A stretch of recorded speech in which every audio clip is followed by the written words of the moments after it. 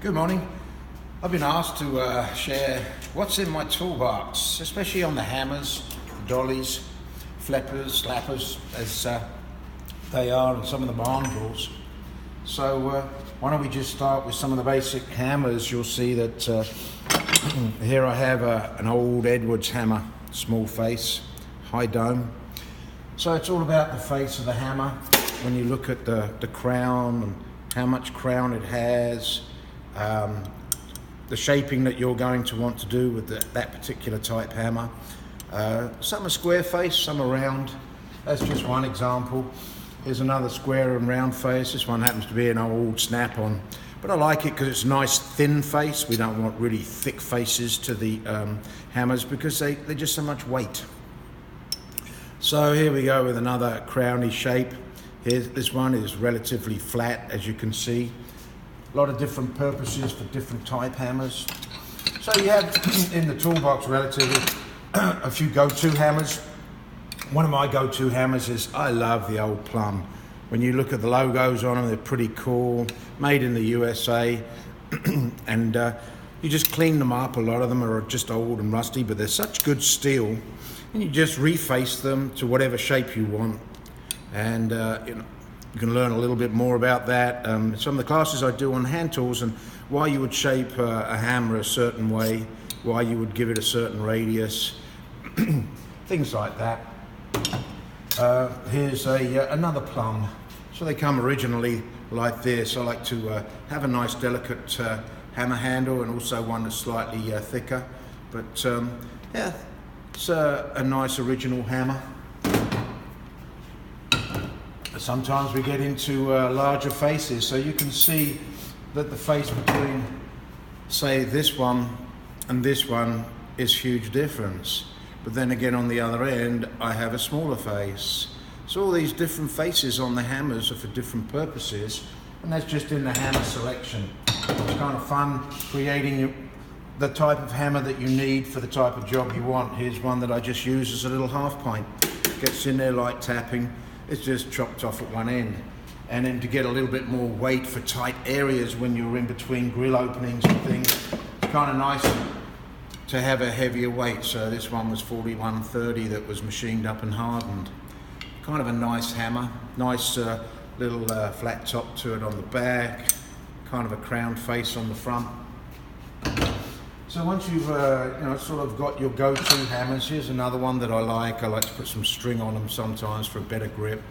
It's just a nice big flat face hammer, but it has a nice gentle soft crown on the reverse end. Some of the go-to dollies would be your utility dolly. It's just something that isn't kind of an everyday utility dolly. Another one would be a similar looking utility dolly. Notice I've cleaned them up. They're just not stock standard. I clean them up, I put like really good edges on them for certain purposes and reasons. Same with the back crowns. Same thing as another go-to dolly would be a comma dolly. Comma dollies, they're very ideal for different shaping, contours, radiuses. Put a nice radius on the front edge, don't want it too knifey. But at the same time, is sometimes you buy one and it's just not the right shape and you need to change the shape on it. So as you can see, this one is completely different shape than this one. And whatever the purpose is that you might need, you sometimes need to shape up these to achieve that goal. There is a couple of other dollies that you might have, a heel dolly, a toe dolly. So the heel dolly is ideal because it has such flat surfaces to it. Toe dolly, same thing, nice curvature, a bit of a nice flat face. I like to radius off the back of mine. Different radiuses for different things, once again. And then you start getting into slappers. I call them flippers, you call them slappers. But here's a slapper. It's kind of like a fairly thick, heavy-duty one. It's fairly flat in its shape and the way it looks. Here's another one made out of an old leaf spring. I've had that, I don't know, maybe 30 odd years. So you can see a slight difference in the width. The width being also contributing to the shape that you can achieve on these and the lineup. So as you can see, some are dead flat, some aren't. But you need to shape up the slappers for whatever it might be. Here's one that's an old file. You just take the teeth off. It's obviously got a nice, continuous, straight edge radius to it. And then I just put a little bit of crown in it, not too much, but of course you've got to heat those to the perfect temperature to achieve what you want to do. Here's one just like that one. It happens to be continuous down here.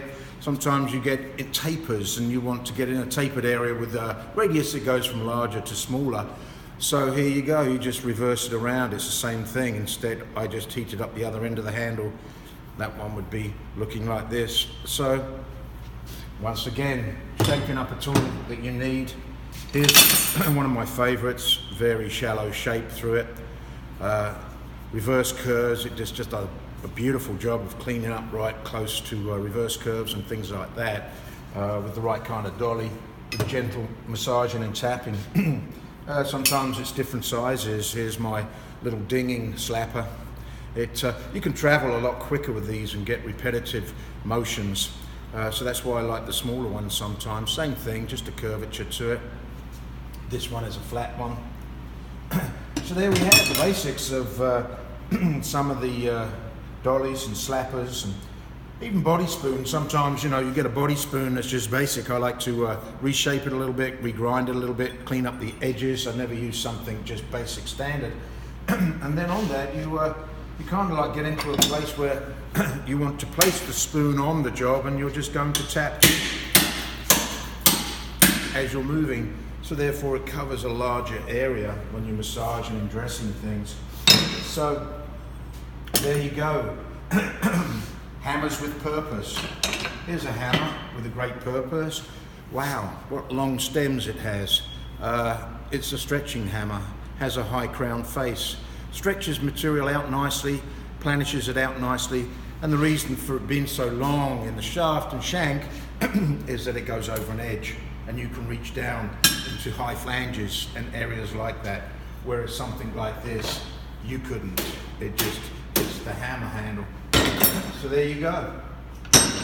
Maybe next time round we can talk about some plates that I've made up and some T-mandrels that I've made up and even some chasers. Anyways, I hope that kind of gives you a little bit of insight, understanding, and a little bit of excitement on what you might be able to purchase on eBay. Looking through the different items that might be on sale there. They look old, they look rusty. A lot of mine were. You just wire wheel them, sandblast them, clean them up, and make them perfect. So there you go.